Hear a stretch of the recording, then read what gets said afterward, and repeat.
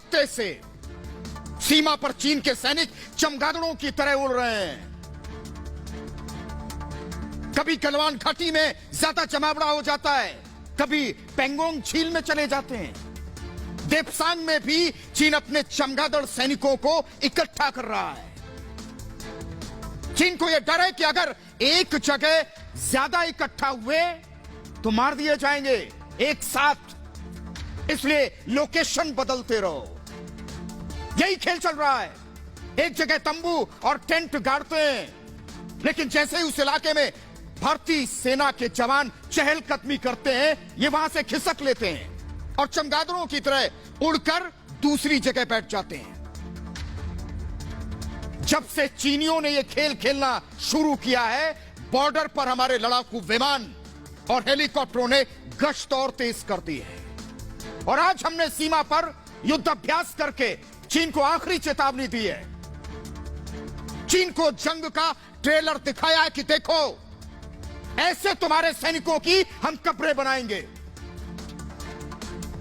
हमारे लड़ाकू विमानों की गड़गड़ाहट बीजिंग तक पहुंच रही है।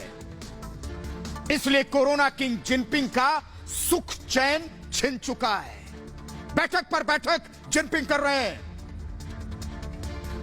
और जिनपिंग की घबराहट को आप इसी से समझ सकते हैं कि भारत के सुखोई विमान जैसे ही एलएसी के ऊपर से उड़ान भरकर वापस लौटते हैं, वैसे ही कोरोना किंग जिनपिंग एक दूसरी बैठक बुला लेते हैं। इससे पहले भारत पापी चीन से शांति की बात करता था तो कोरोना किंग टाल मटोल करते थे, और जब भारतीय सेना ने बिना रुके बिना थके चमगादड़ सैनिकों पर प्रहार करना शुरू किया तो जिनपिंग को पसीना आ रहा है। और अब तो भारत ने साफ कर दिया है कि अगर चीन ने एलएसी पर एक भी गलत कदम उठा लिया तो भारत का सुखोई चमगादड़ सैनिकों का पसीना सुखा देगा। और मैं शुरू से कह रहा हूं कि चीन लद्दाख में आकर पछता रहा है। चमगादड़ चीन के सैनिक जब बीजिंग से चले थे तो आंखें लाल करके निकले थे, देख लेंगे भारत को। लेकिन लद्दाख में भारतीय सेना के डर से अब उनकी आंखें लाल नहीं है, पीली पड़ गई हैं।